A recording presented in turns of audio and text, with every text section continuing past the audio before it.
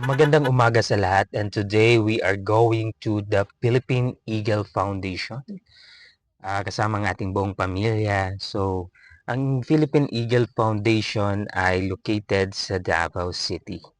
So, ito po ang Philippine Eagle Foundation ay nagsimula noong 1987 dito sa lungsod ng Davao bilang tugon sa matinding pangangailangan na iligtas ang mga critical at endangered na Philippine Eagle at ang kanilang mga kagubatan. Isang grupo ng mga individual ang nagsimula sa pamamagitan ng pagtayo ng isang sentro para sa pangangalaga, pagpaparami at edukasyon.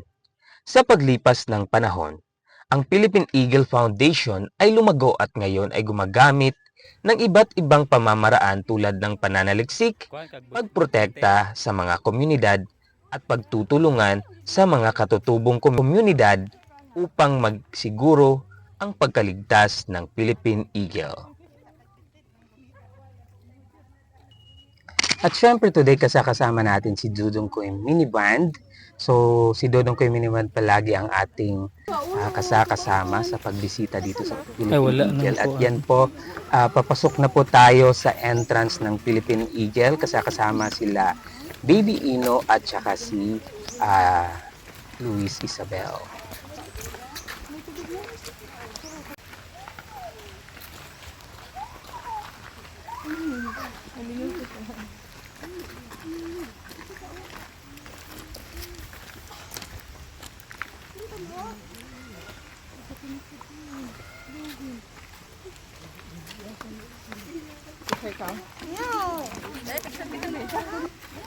Kung makikita niyo po sa paligid, marami pong puno kasi ang puno po is ang habitat ng ating mga Philippine Eagle. So makikita din natin na may nagbebenta po ng mga souvenir items. So tulong na po ito sa kanilang pang-araw-araw na kabuhayan.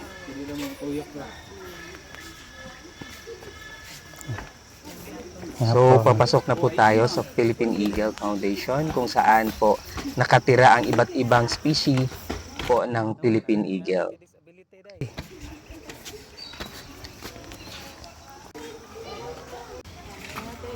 So, before ka pala makapasok sa Philippine Eagle, ay kailangan mong magbayad ng entrance. So, yung entrance po na binabayad natin, yun po yung ginagamit nilang maintenance sa Philippine Eagle Center. So, sa pagkain ng mga Philippine Eagle, kung ano pang mga kailangan sa loob ng center po. So, dun po yung proceeds. So, nakikita natin yung mga isda kasi hindi lang po pala Philippine Eagle yung nandito. So, different animals po ang nandito po sa Philippine Eagle Center.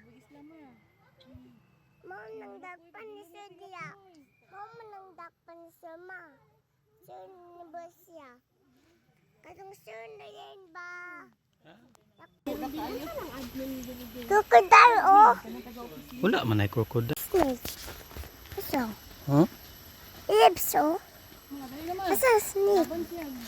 Asa snake? Octopus. Snake. Asa snake? Asa ta dong? Sa snake. Dungo? Sa snake. Sa snake, ha? Ito na po ito. Sa snake na po ito pa? Huh? Juka ano snake?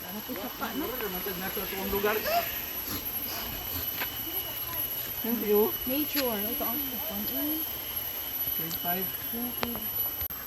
Daghang di kayo utang gibilin. Uwin ka man ron. Orak. So, this time po, papunta po tayo sa bahay ng buhaya. Doon, Daydag.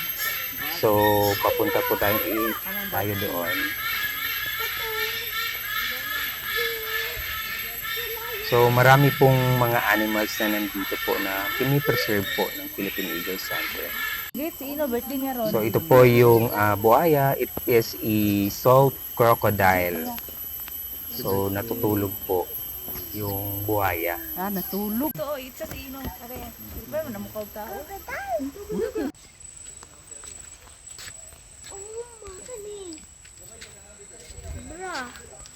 Hmm?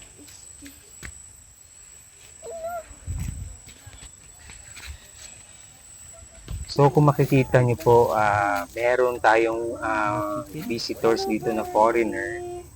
And the trainer is teaching about the history of an eagle to a foreigner. So meron kasi ditong program na pwedeng bumisita dito yung mga foreign visitors. So ito po yung pinagmamalaki po ng Philippine Eagle Foundation. Ito po yung napakalaking eagle. So actually dalawa po sila. And every eagle po is may sponsor po yan na company. So hindi ko lang po makita kung anong sponsor, anong company sponsor po ito. Nandyan po si Bigo. Hi, Vigo. So, si Bigo po. Ay, wawa ha. And meron po tayong eagle na si Pagbabago. So sinisilip po natin yung mga different eagle na nandito po. Kasi iba-iba pong klaseng eagle ang nandito. So nandyan po sila. And ang kagandahan po nito is open po sila for public viewing. Gamay. So nakikita po natin yung and na-amaze tayo sa ganda ng Mga kalikasan bag-oning breed. dahil meron isang Dex center and po Lucy. nagsi-safeguard sa mga Philippine Adi mo eagle klaro. natin. And this center po is doing breeding po para po maparami yung ating mga Philippine eagle. So nakikita niyo po yun. Actually, lahat ng eagle dito is may iba't ibang pangalan. And may nakasulat po doon from pangalan nila. Eh nakasulat po yung mga company at corporation na nag-adapt po sa kanila. So yung pag-adapt po ng mga company is malaki pong tulong sa pangangalaga ng ating Philippine eagle.